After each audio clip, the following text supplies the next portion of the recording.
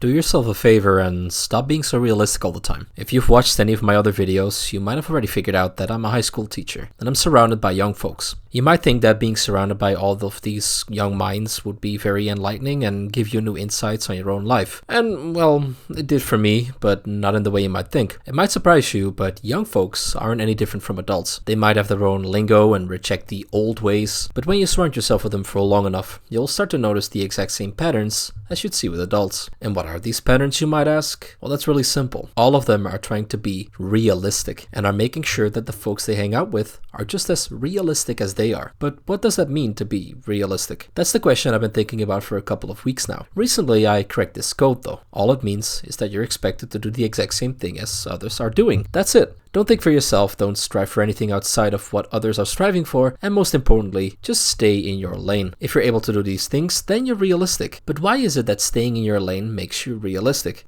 Why is that the right way to do things? Because folks don't want you to be better than them. The older I get, the more I'm starting to figure out that most folks are driven by a tremendous feeling of jealousy. They live their lives not for themselves, but simply to show off, to feel like they're better than someone else. The problem with this is that most folks never truly feel better than others. Most folks feel incredibly insecure all the time. Why would a person encourage you to chase your dreams? Because if you actually chase your dreams, it makes them feel even worse. So just stay in your lane and be realistic. What bothers me the most is that it's not just random folks telling each other this. Even family members tend to tell each other this to be realistic. Society has worked its magic on them. And so they're telling their kids to do the exact same thing. You know what I tell the kids I teach? Chase your dreams. Do whatever it is that you want to do. Not what your parents want you to do, or your friends, or the other teachers. Just pick something you genuinely want to do and achieve it. Go for it. Whether it pays well or not, who cares? You only live once. Just do what it is that you want to do. And you know how most of these kids respond when I tell them that? No thanks, I want to make a lot of money and buy a house. Why do you think they think this way? Because everyone around them is telling them that this is the way to go. That is the only way to be happy. Isn't that ridiculous?